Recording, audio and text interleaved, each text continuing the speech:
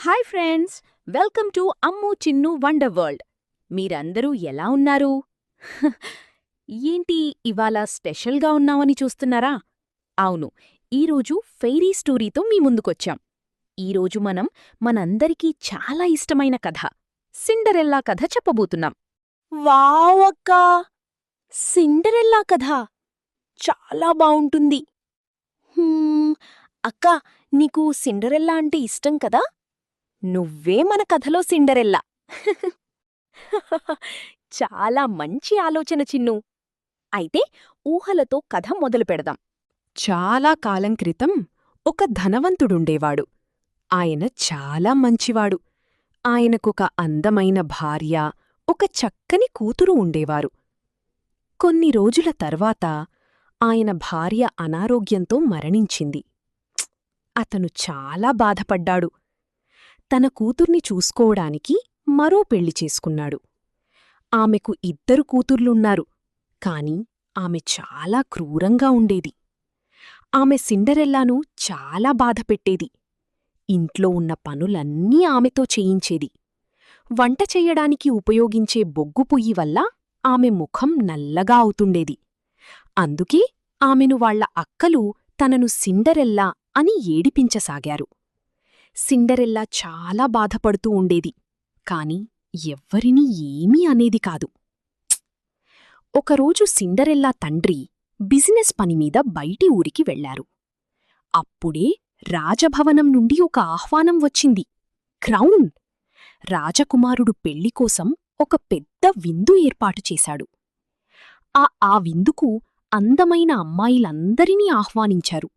వారిలో రాకుమారుడికి నచ్చిన వారిని వివాహం చేసుకుంటారని ప్రకటించారు. సిండరెల్లా సవతి తల్లి తన కూతుర్లకు ఖరీదైన దుస్తులు తయారు చేయించింది. వారు అందంగా రెడీ అయి విందుకు వెళ్ళిపోయారు. సిండరెల్లా అడిగింది, నాకు ఒక డ్రెస్ ఇస్తారా? నేను కూడా రావాలనుకుంటున్నాను.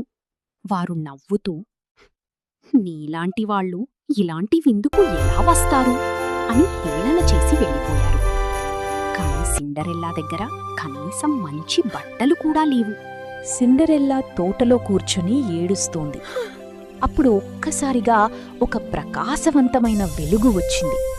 ఆ వెలుగులో నుండి ఒక అందమైన ఫెయిరీ దేవత ప్రత్యక్షమైంది. ఆమె అడిగింది, బంగారం, ఎందుకేడుస్తున్నావు? సిండరెల్లా ఆశ్చర్యం నుంచి తేరుకుని తన కథంతా చెప్పింది. అప్పుడు ఫెయిరీ దేవత నవ్వుతూ, నువ్వు విందుకు వెళ్ళాలి, అంతే కదా అని తన చేతిలో ఉన్న మాయదండంతో ఊపగాని సిండరెల్లా ఒక అందమైన ప్రిన్సెస్గా మారిపోయింది. తను ఎంతో అందమైన లేత నీలం రంగు గౌన్, అందమైన ఆభరణాలు మరియు అందమైన గాజు చెప్పులతో చాలా అందంగా ఉంది. తరువాత తోటలో ఉన్న గుమ్మడికాయను ఫెయిరీ దేవత విలాసవంతమైన రథంగానూ, అక్కడే ఆడుకుంటున్న ఎలుకలను గుర్రాలుగానూ మరియు కోచ్మ్యాన్గానూ, ఒక బల్లిని సోల్జర్గానూ మార్చేసింది. సిండరెల్లా ఎంతో ఆశ్చర్యం మరియు ఆనందంలో ఉండిపోయింది.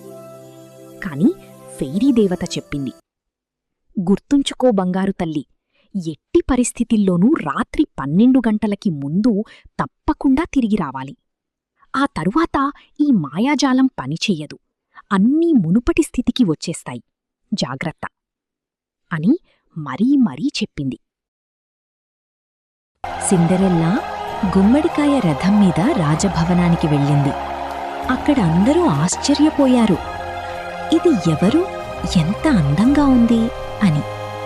సిండరెల్లా వాళ్ల పిన్ని, అక్కలు కూడా సిండరెల్లాను గుర్తుపట్టలేదు. రాజకుమారుడు కూడా ఆమెను చూసి మంత్రముగ్ధుడయ్యాడు. నాతో డాన్స్ చేస్తావా అని అడిగాడు. వారు కలిసి డాన్స్ చేశారు. రాకుమారుడితో డాన్స్ చేస్తూ చేస్తూ సమయం కూడా తెలియలేదు. అకస్మాత్తుగా సిండరెల్లాకు గుర్తొచ్చి సమయం చూసింది. అప్పటికి 12 కావడానికి ఇంకా కొన్ని ఘడియలు మాత్రమే ఉన్నాయి. అప్పుడు సిండరెల్లా, అయ్యో, 12 అయిపోవస్తోంది, నేను వెళ్లాల్సిన సమయం వచ్చింది అనుకుని రాకుమారుడిని వదలి గబగబా బయటికి పరుగెత్తింది. రాజకుమారుడు, ఆగు, నీ పేరు చెప్పు అని పిలిచాడు. కాని ఆమె ఆగలేదు. పరుగులో ఒక గాజు చెప్పు పడిపోయింది. సిండరెల్లా దాన్ని వదిలేసి పరుగెత్తుకుంటూ వెళ్ళిపోయింది.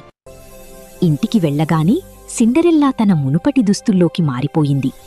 గుమ్మడికాయ, ఎలుకయు, బల్లి అన్నీ మామూలుగా మారిపోయాయి.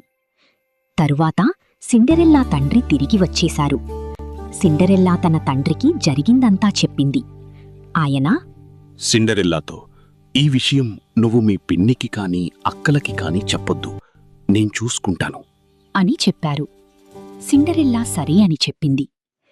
రాజకుమారుడు సిండరెల్లాను వెతికించసాగాడు.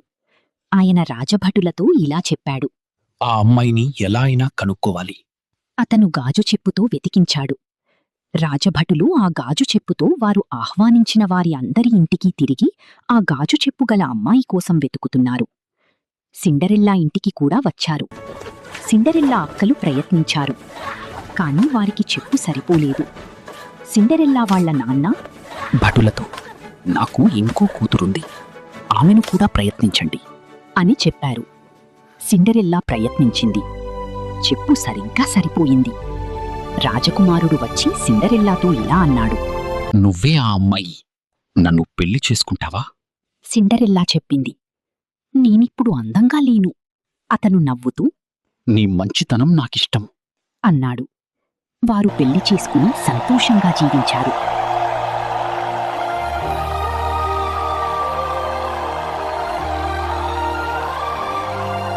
వావ్! ఎంత బావుంది కథ! ఇవాల్టికి అంతే ఫ్రెండ్స్. మరొక కొత్త కథతో మళ్ళీ కలుద్దాం. ఇలాంటి మంచి మంచి స్టోరీస్ కోసం మన ఛానల్ని లైక్, షేర్, సబ్స్క్రైబ్ చేయడం మర్చిపోవద్దు. Bye friends.